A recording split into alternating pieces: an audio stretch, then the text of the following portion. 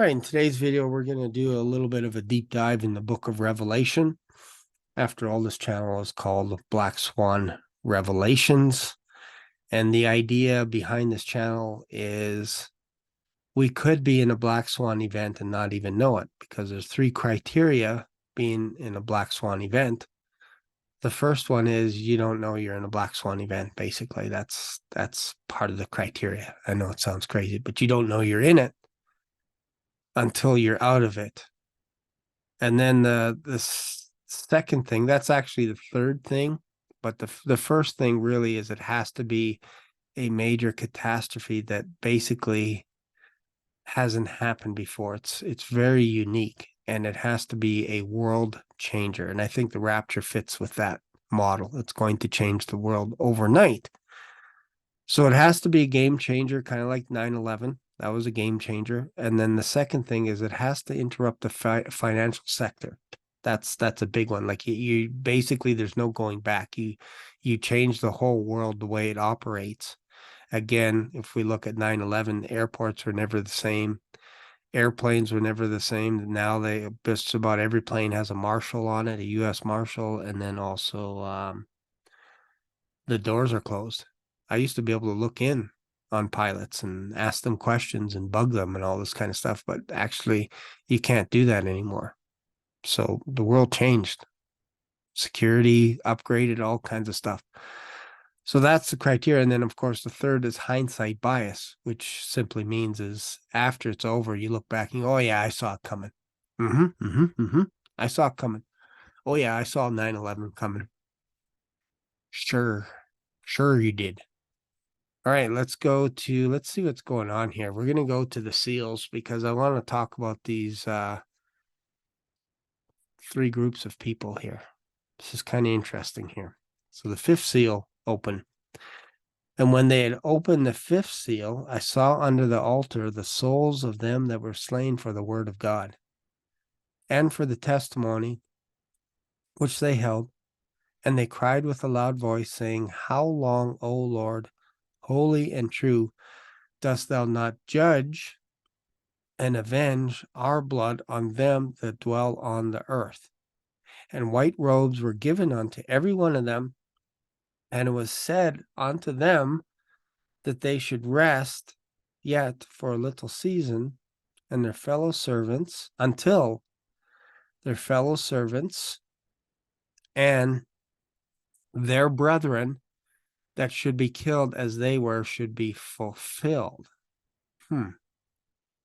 This is kind of interesting because the way it's worded, like they're basically crying, they cried with a loud voice, saying, How long, O Lord, holy and true, dost thou not judge and avenge?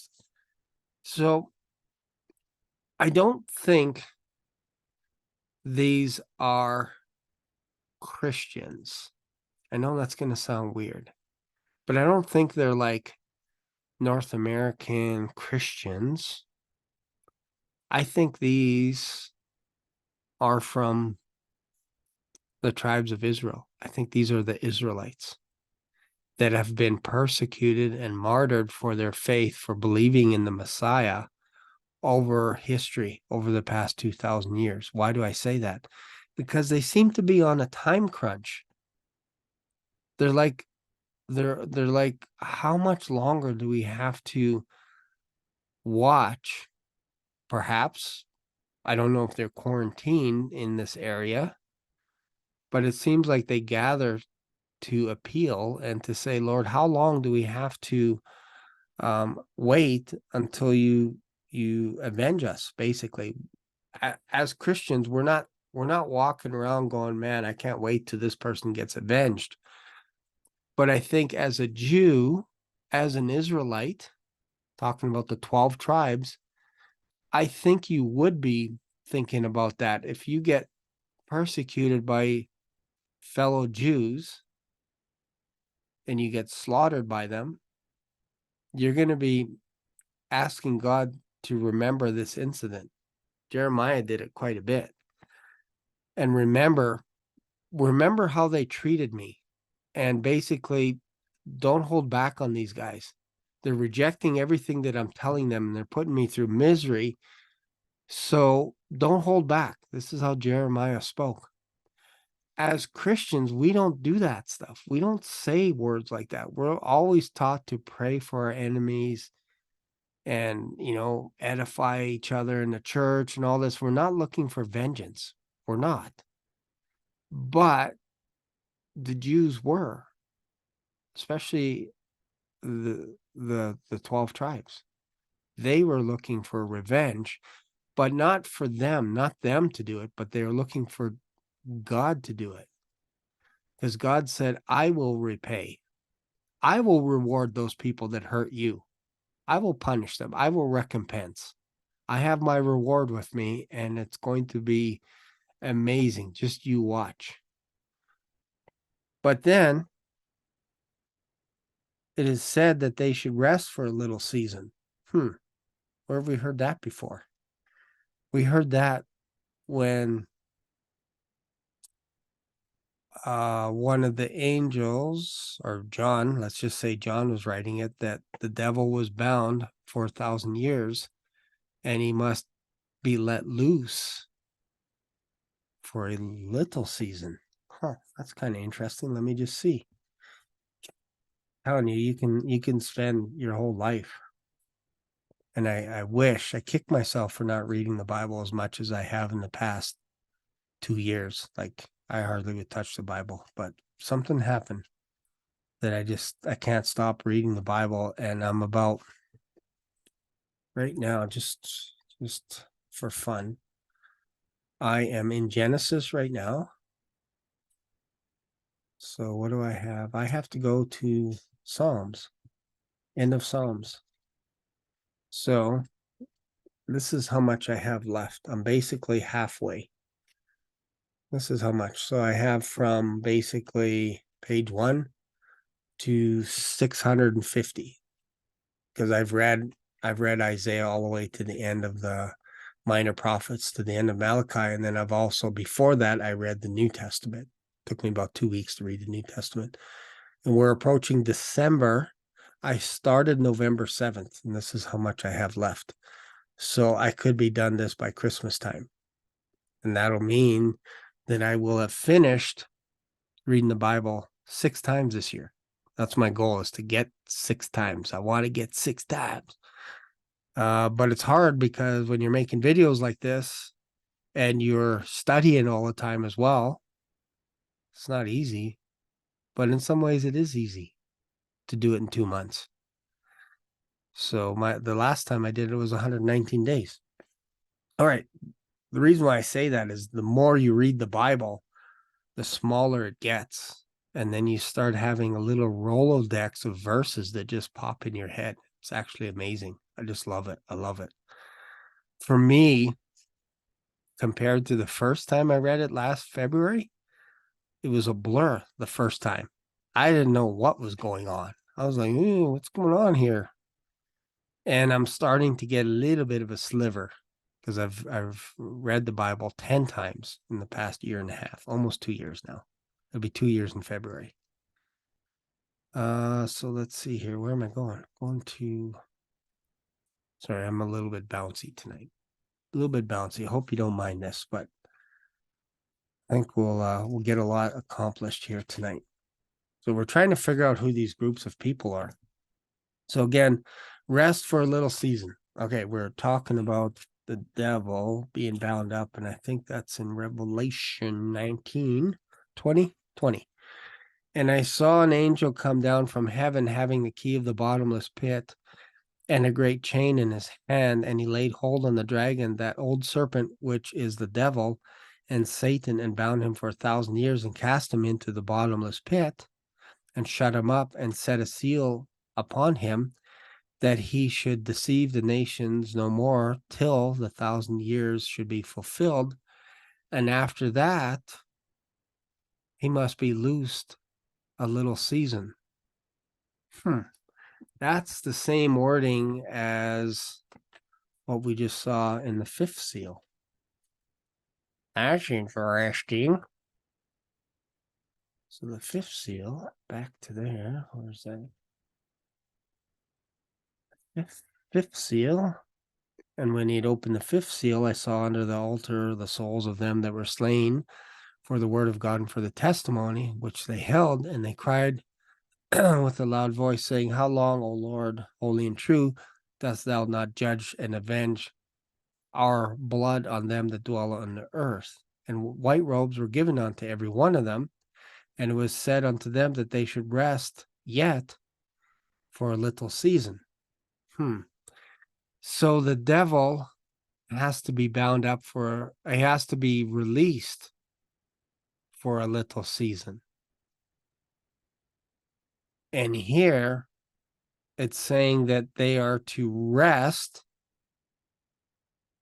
for a little season until their fellow servants and their brethren should be killed as they should be fulfilled. So it kind of sounds like a little bit of persecution. So could this be in relation to the 144,000?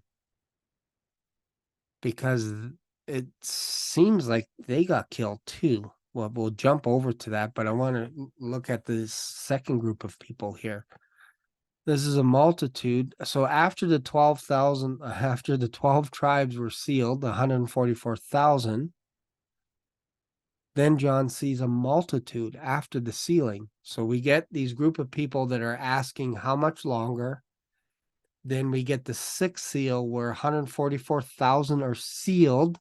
These are Israelites. These are from the 12 tribes. We don't know where they are. We don't know if they're scattered all over the world. These could be the elect because they're sealed. These could be the elect that God is gathering to Mount Zion. Just hold that thought for a second here. And don't forget, the sixth seal, there was a great earthquake and the sun became black and the stars of heaven fell onto the earth, even as a fig tree casteth her untimely figs when she's shaken of a mighty wind. So this kind of looks like heaven is being emptied out by the stars. And then heaven departed as a scroll when it's rolled together. So to me, when you see that happening, at least this is how I'm picturing it, there's no more light. The stars aren't giving their light anymore. Just picture total darkness, because there is no more light in heaven. And this goes back to Genesis, when God said, let there be light. And then later he had stars in the firmament. And now there's no more heaven. It's rolled up. So that tells me total darkness. Now, when I see something like that and I picture, okay, total darkness, is there somewhere in the Bible that says there will be a time of total darkness? And I think I remember that somewhere, but I have to think while I'm looking at these next group of people here. I'm multitasking. I'm hoping that it'll come up. It'll come into my head about total darkness.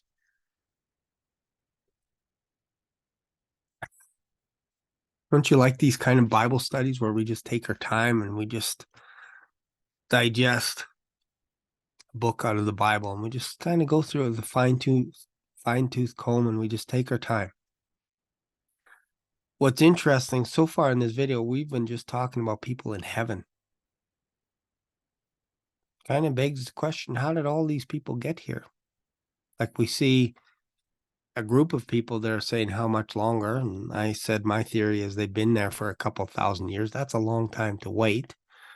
Then we get this other group of people, and after this I beheld, and lo, a multitude which no man could number, of all nations and kindreds and people and tongues, stood before the throne and before the Lamb, clothed with white robes and palms in their hands.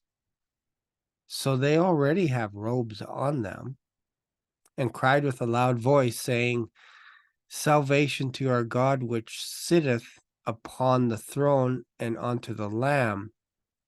And all the angels stood around the throne, about the throne, and about the elders and four beasts, and fell before the throne on their faces and worshiped God, saying, Amen, blessing and glory and wisdom and thanksgiving and honor and power and might unto our God forever and ever. Amen. And one of the elders said, saying unto me, what are these which are arrayed in white robes, and whence came they? So they came from somewhere, almost like all at once. And I said unto him, Sir, thou knowest. And he said to me, these are they which came out of the great tribulation, and have washed their robes and made them white in the blood of the Lamb. So they were washed by the blood of the Lamb. It doesn't sound like they were killed or martyred. It kind of sounds like that they have robes on, that they have washed their robes and made them white in the blood of the Lamb. So could this be Christians that are saved by the blood of the Lamb? That's kind of interesting. So we have one group of people that are saying, when are you going to avenge us? And then we have another group of people that have looks like they just got here. Perhaps they got here, or they're continually being added.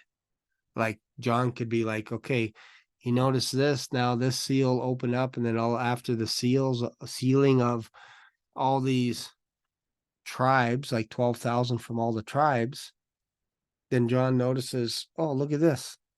And I beheld a great multitude. So they could have been there for a long time, which I'll make another video about, but this would match up with the resurrection, as in anyone that dies in Christ goes to heaven with a new body, a new heavenly body.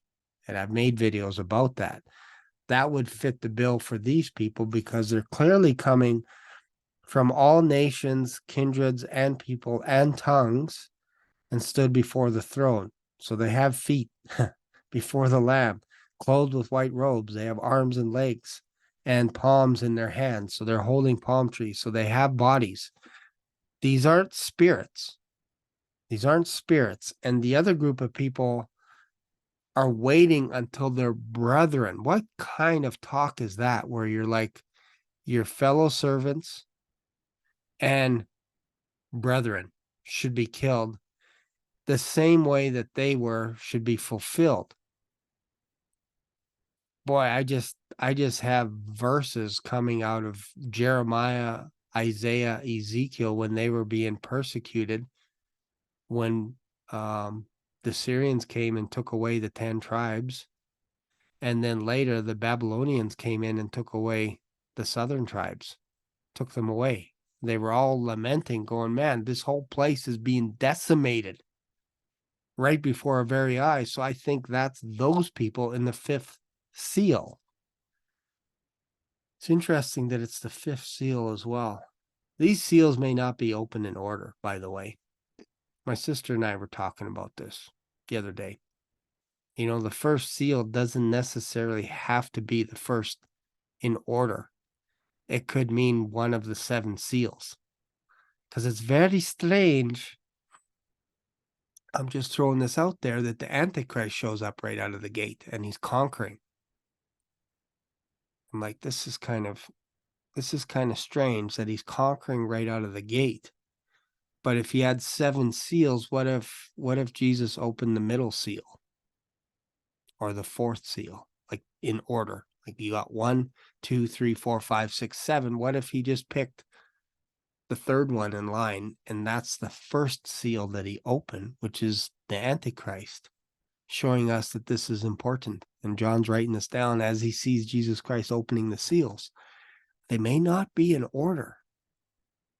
That might help us match things up with the trumpets and later with the bowls, if we're trying to talk about overlapping these judgments and bowls and seals. That might help. And it's funny, my sister and I were thinking about the idea of actually writing all this stuff out on a piece of paper and then moving them around so they can almost overlap, like go over top of each other. Anytime we see celestial events like the moon turning to blood or turning dark, or the sun turning dark, or with sackcloth, it's like, okay, that kind of looks like this seal or something like that. So we still have to do that for homework. But I can build a case where these are out of order. They're not necessarily in order because it's kind of weird how things are happening. Then we get the 4 horses coming after that. And we see peace is taken and they're killing each other and stuff, but that doesn't sound like one army is actually taking over everything. It just sounds like peace is gone. Doesn't quite match up quite with Daniel when you see the Antichrist going and then losing a battle and then coming back, licking his wounds and then coming back even stronger and just wiping everybody up. And then all of a sudden he decides to move into Israel and make that his home, something that his fathers had never done before. Just kind of interesting. And this kind of matches up with the abomination of desolation, where he makes the temple his home and actually sits in the temple and declares himself to be God. And then Jesus says in Matthew 24, when you see this, whoever let the readers that are reading this, if you're reading this and you're looking and you see the abomination of desolation, get the heck out of Dodge. Do not book a flight to Israel. It's going to get destroyed by the Antichrist. It's going to get decimated. Don't go there. Flee. Leave it. All right, so we got these white robes, people in white robes. This behold, a great multitude which no man could number. That's interesting in itself. All nation, kindle, so we get it. We get it. These are human beings from all over the world, and they're in heaven. And cried with a loud voice, saying, salvation to our Lord. And all the angels stood around. We got all that. And then the elders said, who are they?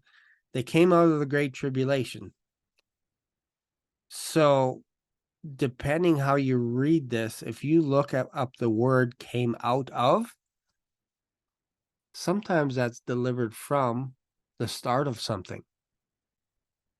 As in, they were plucked out of the great tribulation and then it started. They were delivered from it. It kicked everything off. Now, I encourage you, this is Revelation 7, verse 9 to 17. Do some due diligence, do some research, look up came out of. Don't look up come out of. Look came out of, because that's past tense. So they came out of something. But it's like a trigger. It's like something. It's like a trigger that starts everything. That's kind of interesting in itself. And all the angels. Oh, yeah, okay. And I said unto them, Sir, thou knowest. And they said, they are they that came out of the great tribulation. These are they. And they have washed their robes, and they are there before the throne of God and serve him night and day. They serve him. Anything else? Would you like some more tea, sir? Would you like some chips? Anything else? Can I get you a coffee? That kind of thing. They're serving him night and day in his temple. And he that sitteth on the throne shall dwell among them. And that's a promise that we will be with Jesus forever, because Jesus told his disciples that when I go away, I'm coming back. In my Father's house are many mansions, many rooms, which is very interesting when you think about rooms, because those could also mean dwelling places, tabernacles, tents. All that stuff is familiar language. We got the Feast of Tabernacles, where people go up on the rooftop and then they have a little shelter and they stay in there and they're like, what's going on? When are we going to eat? But it's symbolic for when they leave the tabernacle. They're basically, to me, they're symbolizing leaving the body. They're being resurrected. Just kind of interesting. Do a deep study on that one. All right, so serve them night and day, and they shall hunger no more, neither thirst any more, neither shall the sun light on them, nor any heat. And we've seen this before later. We've seen this later when New Jerusalem comes down. But this is something where you can go, okay, we're talking about the multitude. This is still during the sixth seal. So maybe this matches up later with New Jerusalem coming down. Just kind of interesting because I've seen this before. All right, so then the seventh seal is open, and there was silence in heaven for about the space of a half an hour, which is interesting. Just a short time. It's not an hour. It's like a half an hour. All right, so we get the trumpets. I'm not going to go through all the trumpets. I want to see the 144,000. So we got trumpets going on here, and these sound pretty bad. And then again, we see another star coming. We see a mountain, third part of the sea become blood. And then here we see the fourth trumpet. This is interesting. Fourth angel sounded, and the third part of the sun was smitten, and the third part of the moon, and the third part of the stars. So the stars are still here. It's not, they haven't fallen yet. So it's interesting. They were on the fourth trumpet, and now we got stars again. So what's going on with these seals? It almost looks like these are a snapshot into the future. It's almost like John is looking around, seeing everything. And then once all the seals are open, it's like silence in heaven. We're making a transition.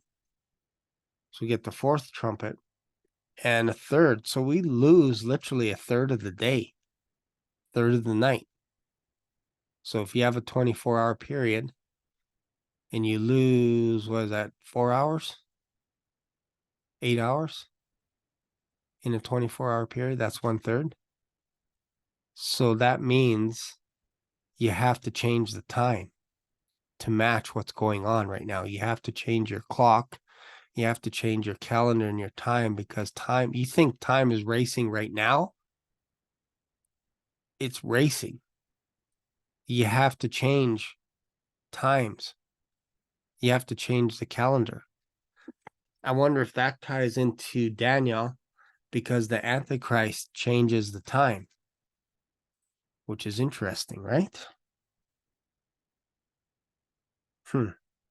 Lose a third part of the moon. Like, third part of the sun was smitten. Third part of the moon. Stars is so a third part of them smitten. That's interesting. The sun was smitten, and third part of the moon. Third part of the sun, third part of the moon, third part of the stars. Okay, we get the hint that it's a third, a third, a third. And night likewise. So they lose, and the day shone not for a third part of it, and the night likewise. So the day you lose a third, and then at night you lose a third as well. Telling you, man, this is crazy times, crazy times. Okay, then we see,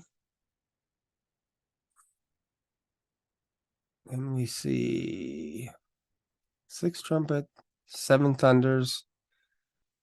There is given to me a reed like a rod, and the angel stood saying, Rise, measure the temple of God, and altar, and them that worship therein, but the court which is without the temple leave out. So he's telling them to measure it. Measure it not, for it is given unto the Gentiles. Court which is without the temple. So outside the temple, don't measure it. For it is given unto the Gentiles in the holy city, that they shall tread underfoot 40 and 2 months. So that is kind of interesting, because I've seen this somewhere. I was trying to think where it is. Man, it has something to do with the minor prophets, where there's a plumb line. So basically, it's kind of like this. Hope you guys are getting something out of this. This is just kind of rando. This is just how I approach the Bible. No script, just thinking about it here. So here we have a population, for example, of Israel.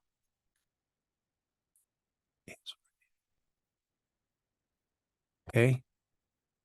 Because really, 70th week of Daniel is all about Israel. Do other parts of the world get affected because of that? Yes. All right. So what is a plumb line? So let's say, I don't know what the population of Israel is. Jeepers, I don't know. I should know this. Let's say it's 7 million. That's too hard of a number for me. Late at night. It's late at night. let's say it's 10 million. 10 million Israelites, if you will. I wish I knew which book in the minor prophets was, but basically God told one of the prophets to draw a plumb line, which means basically he just went like this. Actually, it might have been here. I don't think there was an actual measurement, but let's just say, I think it was maybe right here. 1/3. As in 2/3 are destroyed of Israel. That's in, I want to say that's in Zechariah. 2/3 are going to be diminished, like between chapter 11 and chapter 14, which means 1/3 of Israel is left, almost right out of the gate. That's the population left. Remnant. I think it might even be more than that are gone. Might be more than 2/3 wiped off the map. And these people could very well be the ones that took the mark of the beast, and they're just destroyed. And then 1/3 are these that are like, you know what? We are not taking the mark of the beast. So they end up in that pocket, that corridor that we saw where they're like, hey, how long? And it was said that until their fellow brethren get destroyed the way that they're destroyed. So there's a plumb line drawn out. The 2/3 are destroyed. And maybe it actually gets reduced down to a point where there's 144,000 Israelites left on the planet, and they're sealed, because that would also fulfill the prophecy, or the promise, I should say, that God said that Israel would never be wiped off the map, because he feared that other people would take the credit. And that's in Deuteronomy 27:32 or 32:27. I can never remember that. But basically, it's not like fear, like, oh, I'm afraid. It's more like the idea, the thought that someone can take glory for destroying Israel when I promised I would keep them. They're going to get drunk. They're going to be so prideful. They're going to be like, whoa, this is the most amazing day. We actually destroyed Israel. And God's like, I'm not going to let that happen. I'm going to diminish them. Again, using the illustration of a fig tree, basically, I'm going to just shake this tree so that there's almost nobody left. And I think it can actually go down to 144,000 people that's left of Israel. That's it. Because we have to remember that half the population of the world over the course of Jacob's trouble is gone, just like that. Gone. Half the population. And there's 4 ways that they get destroyed, and that's through the sword, so war, pestilence, famine, and beasts. Those 4 things. Those 4 things destroy at least 1/4 of the world right out of the gate by those 4 ways. And then later, more stuff, another 1/3. So if you lose 1/4 of the world because of these 4 things, and then later you lose 1/3 of whoever's left, it's pretty close to half the population of the world gone. Boom. And it starts in Israel. So how many Israelites are going to be left? I'm not talking Israelis. I'm not talking about people that are pretending that they're Jews and they're not. I'm not talking about people that are saying they're apostles and they are not, but they're actually from the synagogue of Satan. That's these people. These people are destroyed, and they're not going to, you want to talk about soul sleep? These people are not going to rise. These are dead. They're dead, the dead. They won't rise until after the Millennium Kingdom, during the Great White Throne Judgment. That's when they get judged. Everyone that does not believe in Jesus Christ. Because remember, God is the justifier, and he justifies us because of what Jesus Christ did on the cross. So we get a pass on the wrath. You don't want to be here. The easiest way to not be here is to believe that Jesus Christ is the Son of God. Because once we get to the bowls, there's nobody that loves the Lord left. Zero. I don't care what you think. You can say, okay, they survive up until the 7 bowls of wrath are being unleashed, but no, these people during this time, the Great Tribulation, if you will, they hate God. It's Pancake City out there. What do I mean by Pancake City? 75-pound hailstones coming down from heaven to earth, pancaking people as they're cussing the Lord, and the Antichrist himself is blaspheming against the temple of the Lord, and he's also calling us out, those that dwell in heaven, calling blasphemous names to those that dwell in heaven. But I want to find, it's kind of scribbly, isn't it? I want to find the 144,000 that end up on Mount Zion. It's kind of interesting because you don't see anywhere the Mount of Olives. All right. And I looked, this is chapter 14. And I looked, and lo, so this would be after the beast of the earth, beast of the sea shows up, dragon and the women are, when the woman are persecuted. So the dragon persecutes the woman, which I believe is Israel. The whore, the great whore is Israel, and the dragon now hates her and is going after her. I think that's who that is. Let's see here. War against the dragon.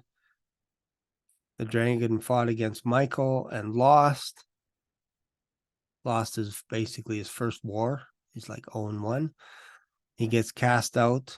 The old serpent called the devil gets cast out. The one that deceives the whole world. And he cast him to the earth. He was cast out into the earth. And his angels were cast out with him. It's interesting that he was cast into the earth. Interesting, right? And I heard a loud voice saying, in heaven now has come salvation and the strength and the kingdom of our God and the power of his Christ. For the accuser of our brethren is cast down, which accused them before our God day and night. Probably accusing the Jews, probably accusing Israel to God, to his face. I don't think it's accusing us, because we get a pass because of what Jesus Christ did on the cross. So there is no more wrath. We're not under wrath. We're not ordained to wrath. So I don't think the devil has anything on us, because he'd have to look to Christ. And God looks at Christ and goes, yeah, you're innocent. So again, God justifies us because of what Christ. But again, we hear this brethren again. So now is come the salvation and the strength and the kingdom of our God and the power of his Christ. For the accuser of our brethren is cast down, which accused them before our God day and night. And they overcame him by the blood of the Lamb and by the word of their testimony, and they loved not their lives unto the death. So that tells me that's that first group of people in that corridor that were asking how much longer. And now they're like, thank God, our accuser's out of here. So maybe this could be a little bit of a stretch. Maybe they're sick and tired of the devil accusing them before the Lord. And this is why they're saying, how much longer do we have to deal with that thing over there that's accusing us 24 hours a day? Maybe the devil's standing right beside them going, look at these people. Look at them. They did everything ridiculous on earth and accusing them. And look at your Jews down there right now. They hate you. They hate your son. They hate your temple. They don't believe in heaven, nothing. They're just, imagine the devil doing that for thousands of years. That would get pretty annoying pretty quick. So I think that could be a trigger for these people in the first corridor that we saw that are like, how much longer do we have to put up with this stuff? Because now they're happy and they overcame him. Okay. Therefore, rejoice, ye heavens, and ye that dwell in them. Not the earth, heavens, rejoice.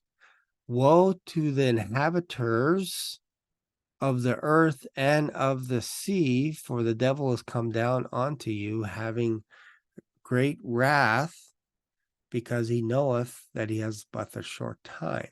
So now his season's short time now. And probably the people in heaven are realizing that, okay, revenge is coming soon now, very soon. The devil has time right now on his side. Time is on his side right now. But when he gets kicked out of heaven and they turn around and they try and go back up to heaven, there's no more seats for them. Why? Maybe we take over those seats of the third of the angels. Not saying replacing them, but we do judge angels. So maybe when the devil gets kicked out, imagine this. They're coming down and we're being raptured up and being plugged into those seats. And we're like, what? What's going on? Because we have seats right now. Somebody could be occupying our seats right now in principalities, powers, rulers of the air, because Jesus Christ is above all that stuff. And I believe we're seated above all that stuff. I don't want to get into crazy talk and say we're replacing angels. It's not what I'm saying. But it's interesting that they get kicked out and we have a seat in heaven. We're going to be judging angels. So is it some kind of a flip-flop where the angels become almost human-like? Because the Antichrist actually goes after angels and kills them. Just read Daniel. He actually stomps them into the ground, the host. And it was given power to him for 1 hour from 10 nations that had crowns, but they didn't have kingdoms. They gave all their authority over to the Antichrist for 1 hour to do what? Probably to take care of Israel. Wipe them out. Try and wipe them all off the planet. And as we saw in a little bit earlier, that there is a plumb line that nobody goes below that plumb line because it's been drawn out. They can go up to this part, all this above the plumb line, wipe them out. Below the plumb line, you're safe. You're safe. All right. And it was given unto him. So this is afterwards. And there was given unto him a mouth speaking great things and blasphemies, and power is given unto him to continue 42 months. And he opened his mouth in blasphemy against God, to blaspheme his name and his tabernacle and them that dwell in heaven. Do you know what dwell in heaven means? It means you've actually acclimatized to living in heaven. So if their oxygen is a little bit lighter, you've climatized. How? With your new heavenly body. Because again, Paul says we don't inherit our heavenly body. This cannot inherit incorruption. This cannot incorruption. This cannot inherit immortality. We have to ditch this body. We have to make the jump. How do we make the jump? When we die physically. This body gets ditched, whether in a rapture, probably our bodies just keel over, or we die physically. And then as this body dies, we're being clothed upon with our new heavenly body. And then we kick the bucket and we enter into the new heavenly body. And now we go to heaven and we live there forever, ever and ever. And this is who the Antichrist is coming against. Those that dwell in heaven. Interesting, right? Why would you pick on people in heaven unless you have a bone to pick with them? And you're really upset at anyone that is left.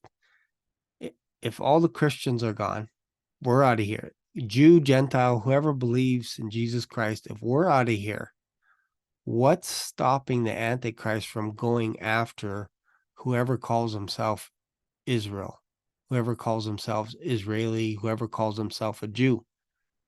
Nothing. Nothing stops them. And then look at this, chapter 14. And I looked, and lo, a lamb stood on Mount Zion. So this was just after we figure out that the number of the beast is 666. Still don't know what that is. It just means that the part of what the mark of the beast is always the tough part, but it's basically, and he caused us all, small and great, rich and poor are free in bond to receive a mark in their right hand and on their foreheads. And hopefully my channel doesn't get banned for talking about the MOB. So crazy, man. And no man might buy or sell save he that had the mark. Imagine if your name is Mark and you have a YouTube channel called Mark or the Beast. Maybe your name is called the Beast. Anyways, or the name of the beast or the number of his name. Here's wisdom. Let him that hath understanding count the number of the beast, for it is the number of man. His number is 666. I have no idea what that is. I'll just be honest with you. Don't know what that number means. Just bad news. All right, then I looked, and lo, a lamb stood on Mount Zion, not the Mount of Olives, which is interesting. I don't see him anywhere landing on the Mount of Olives, and everybody's talking about he's coming to the Mount of Olives. But in Zechariah, it says the Mount of Olives actually gets split because there needs to be a way for, I believe, for people to escape. So the only way to escape is to go through the Mount of Olives. Now, I have never been to Israel, but whichever side, I think it's on the east side of the city, seems like. And you got to look west to Jerusalem. And I think it's a Sabbath day's walk. But if you split that mountain in half, you can actually flee from Judea. So I think that's what that's about. But it's interesting here that we see, and lo, a lamb stood on Mount Zion, and with him 144,000 having his father's name written in their foreheads. These are all Israelites. 144,000, representing each tribe of Israel except for the tribe of Dan. I've often wondered if the tribe of Dan maybe harbors the Antichrist. I know he's supposed to come from Turkey or Russia or whatever everybody says, America, all this stuff. But man, if you wanted to do some damage, you do it from an inside job perspective. You want to do a lot of damage, you have a spy inside one of the tribes, one of the 12 tribes. You betray the entire nation by coming at it from the inside. I wonder if that's ever happened before, that someone would betray another person in order to destroy him. Oh, wait. Judas did that. Which is quite interesting when you think about this, that the tribe of Dan is not missing or is missing. Is that John giving us a clue to pay attention to the tribe of Dan, the Danites?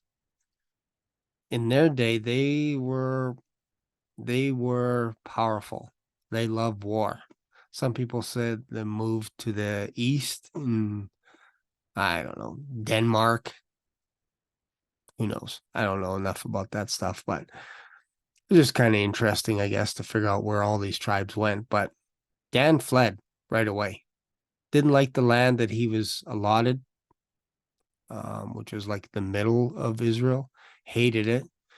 And then they decided to go and kidnap a priest from one of the 10 northern tribes. And I think he might have been a Levite. I think. Might have been. Anyways, the point is they kidnapped him, abducted him, and said, we want you to be our priest. Because you can be a priest for us, or you can be a priest for this guy who might be the son of, I don't want to say Samson, because that'd be weird, but he could very well be the son of, what's her name? Delilah. Just check out Judges chapter 13, I think, talks about, or Judges chapter 14. After Samson's death, the next chapter, because remember, Delilah was promised, I don't know, it was like 1,500 pieces of silver or something like that. Just throwing it out there. I'm not sure exactly what it was. I'm too lazy to look it up. But then in the next chapter, a guy, I think his name was not Micah, I forget what his name was, stole her money and said, remember that $1,500 you're saving it up for? I stole it. She's like, yeah, I was going to use that to buy an idol for you so that you can worship it and blah, blah, blah, all this stuff. So he found this priest and said, you be my priest, because the guy was unemployed. So then the Danites came marching along and they said, Isn't it better for you to work with us, be a part of us, be a part of our clan? So they abducted him. And then this guy that, let's just say for the sake of argument, Delilah's son, which I don't think he is, but it's just kind of interesting, goes to pursue the Danites, and they're like, what do you want? He's like, what do you mean what do I want? You took my idol and you took my priest, because he was gonna help me worship this idol. They're like, get out of here or we'll kill you. So then he goes back, knuckles dragging in the sand, so sad that he lost his idol and his priest, and the Danites fled to the north. And I think when the going got tough, they fled into Europe somewhere because they saw the Assyrians coming. And they probably realized, they probably read the book from The Art of War. If you can't beat them, get out of there. If you can't make peace with them, get out of there. Don't know if The Art of War was written back then, but anyways, crazy, right? Crazy stuff. So then we see these 144,000. They're on Mount Zion. And I heard a voice from heaven as the voice of many waters and as the voice of a great thunder. And I heard the voice of harpers harping with their harps. And they sung as it were a new song before the throne and before the four beasts and the elders, and no man could learn that song but the 144,000 which were redeemed from the earth. Learn that song. I wonder if it's because they sang it in Hebrew, that pure language. I wonder if they sang it in Hebrew. Not to say that the people in heaven wouldn't perhaps understand that language, but I just kind of find it interesting that no man could learn that song. They couldn't learn it. It was maybe more intimate than we can imagine because of basically they're redeemed from the earth. These are they which were not defiled with women. They are virgins. These are they which follow the Lamb whithersoever he goeth. These were redeemed from among men, being the first fruits unto God and unto the Lamb. So if you think about first fruits and all this kind of stuff, you just have to think about it that for the Israelites, if you will, it's interesting that these guys were sealed right out of the gate, and they're called the first fruits unto God and the Lamb. And I believe we're called the first fruits as well, because remember, we get resurrected in order. Christ, the first fruits, that's a category in itself. So anybody that dies in Jesus Christ is resurrected today. We don't have to wait for the resurrection thousands of years. We get resurrected the second we die.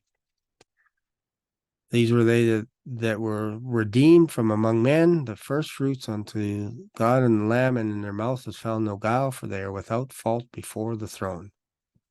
They're redeemed. That's just like us. We are redeemed as well. There is no fault. This is that other group of people that are worshiping God 24 hours a day, 7 days a week. All right, so this is interesting now because to me, there's nobody left that loves the Lord on the planet. These 144,000 were the last ones. That was the last plane out. Because look at this, verse 6, it's chapter 14. So, saw another angel fly in the midst of heaven, having the everlasting gospel to preach unto them that dwell on the earth, and to every nation, kindred, tongue, and people. This isn't the gospel of know Jesus Christ and accept him into your heart and all this kind of stuff. That's not what this is. This is another gospel. Just so you know, there is other gospels. Gospel means good news. So there was 4 gospels: Gospel of Matthew, Gospel of Mark, Gospel of Luke, Gospel of John. And then Paul had a gospel as well, the gospel of God. That's what he taught us in his epistles. This is how we edify ourselves. This is how we prepare ourselves for heaven, is by reading his epistles over and over again. It teaches us about how to live in heaven. All right. I saw another angel. So look at this. Having the everlasting gospel to preach unto them to dwell on the earth, and to every nation, kindred, and tongue, and people. And guess what the gospel message is? Fear God and give glory to him. For the hour of his judgment is come, and worship him that made heaven and earth and the sea and the fountain of the waters. So get ready for some action. Get ready to rumble. Basically, that's the gospel. Fear God and give him glory. Wow, it sounds like some of us YouTubers were saying, like, look, guys, it's coming. It's coming. The Lord's coming. There fall another angel. Babylon is fallen. Now we get Babylon. And I think this is Jerusalem. I think this is Jerusalem. Just seems like when you think about it, right now, it's like, okay, after that, after Babylon is falling, like the angel proclaims it, then now the angel, third angel, is saying, from now on, if anyone takes the mark of the beast, his image, and receive his mark in his forehead or his hand, the same shall drink the wine of the wrath of God. So these people are going to get demolished by the wrath of God. For what? For taking the mark of the beast. I'm telling you, that's all that's going to be left on the earth. We're out of here during the pre-tribulation rapture. We get to heaven. There are people still coming in,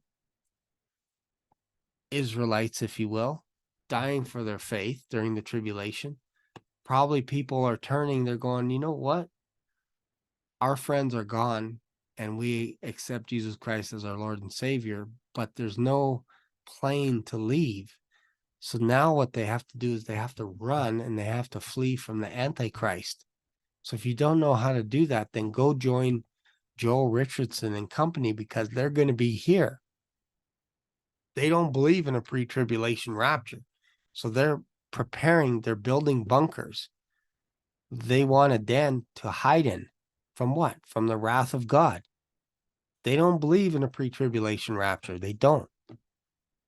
So go join them, because they're going to give you weapons. I don't know, or they'll teach you something. Maybe they'll teach you how to build things. I don't know. I shouldn't say they'll give you weapons. It's not cool. But they're going to help you. They're training right now to fight the Antichrist. They'll teach you, man, go to FAI Studios. They'll teach you how to fight the Antichrist. Man, you're going to be so happy that I put you in touch with them, because they're preparing for the tribulation. Okay? Or if you want a get out of ticket free card, get out of jail free card, just believe that Jesus Christ is the Son of God, and then he's coming one day to gather us to him.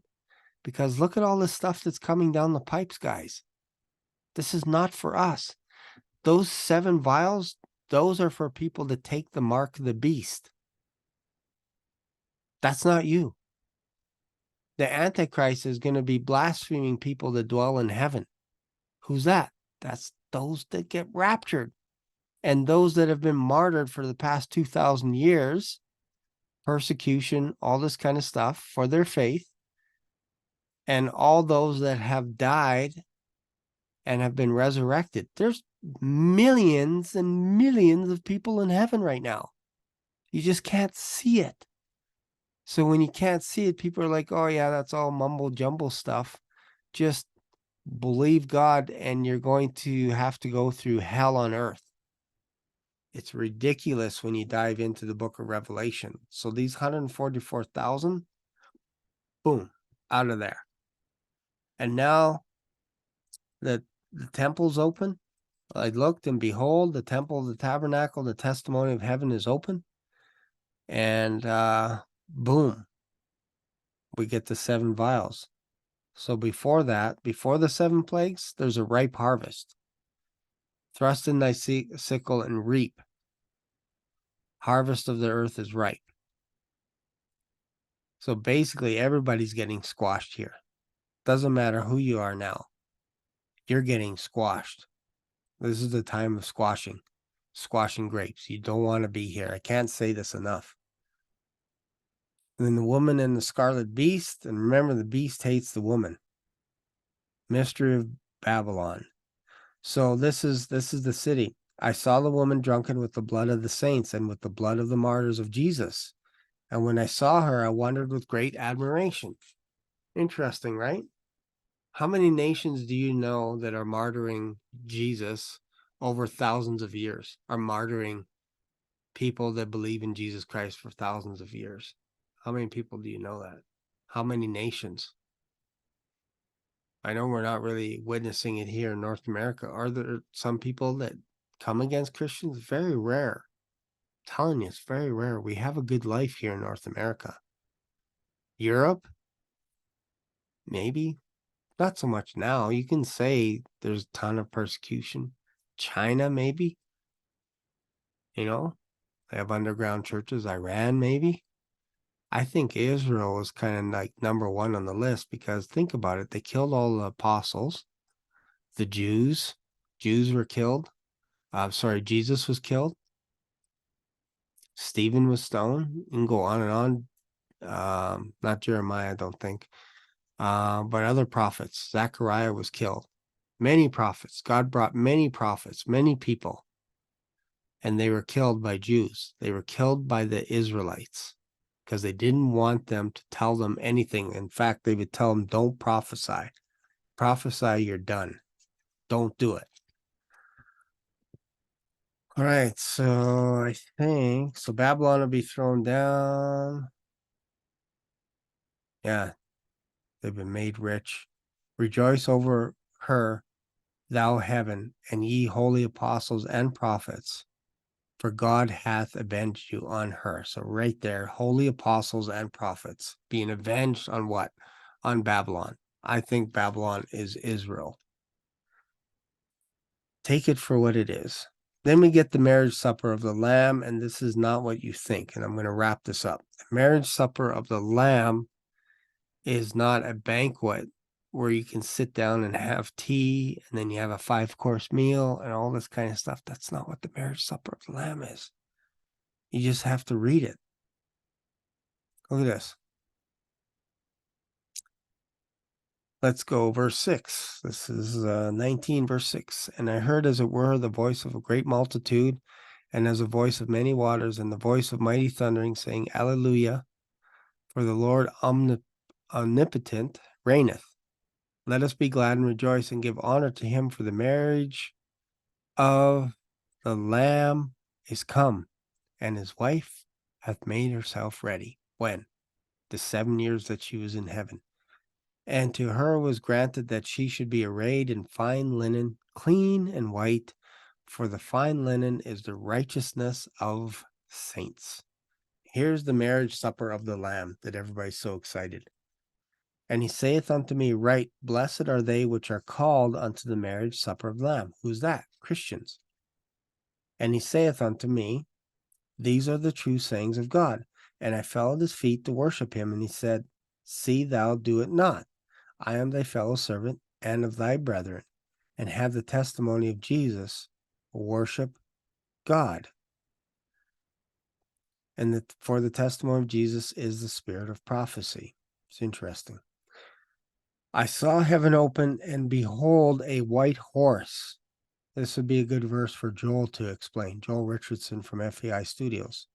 That believe in a rapture at the end of the tribulation. Well, here's your reverse rapture. They're coming down. They're not going up. And I saw heaven open. Remember, there's nobody left on earth. Nobody except the bad guys. All the ones that took the mark of the beast. Who knows what they're doing? Maybe drinking some kind of Nephilim blood or something, and who knows what it is. Maybe they don't die. So we see I think it's one of the third seal or whatever, where they basically beg for death for 5 months. Why? That's kind of interesting. Something happened.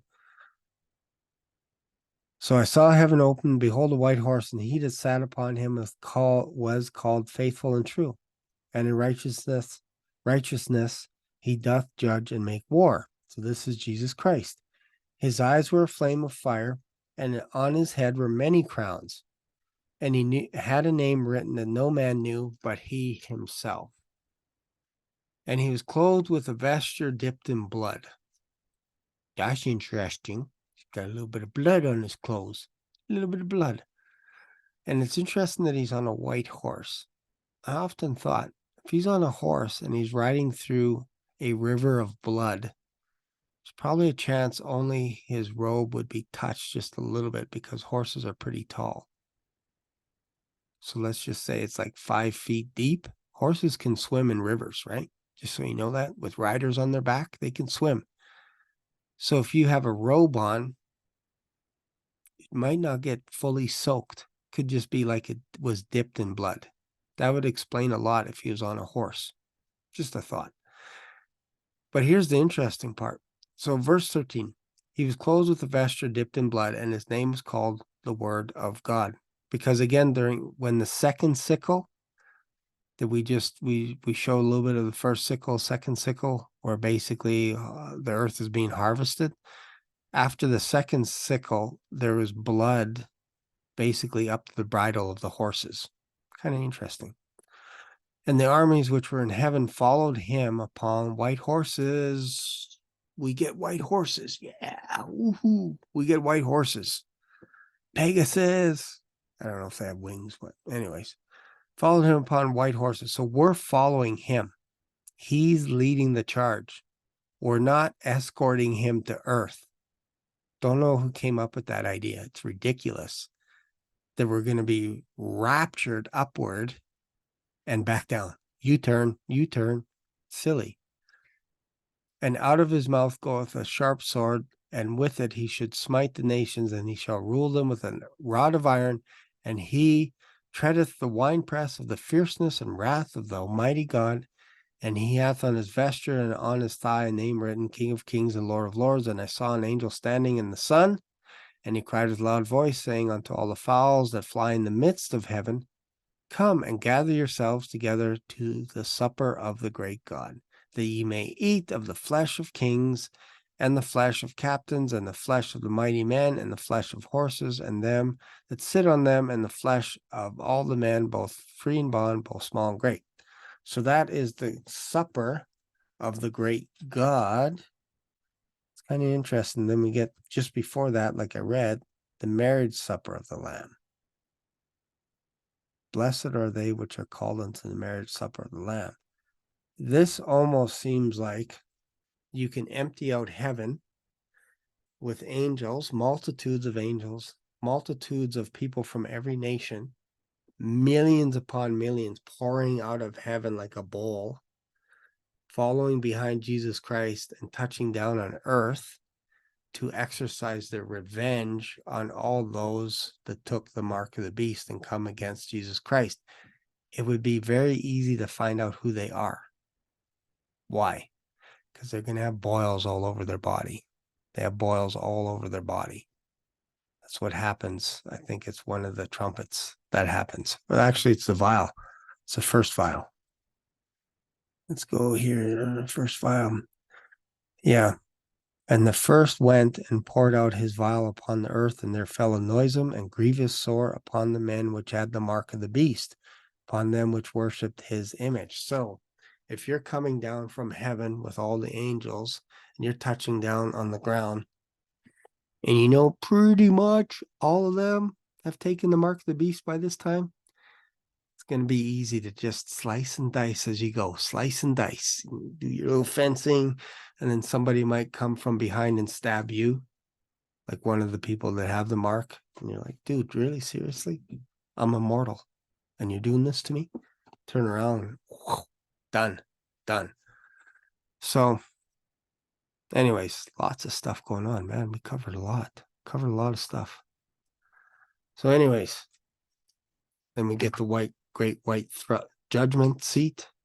Basically judges all those people that died, anyone that came against Christ. Now you can kind of see why they're being judged, and basically all their works are brought before them. Everything that they've ever done in their life will be presented before the great white throne judgment.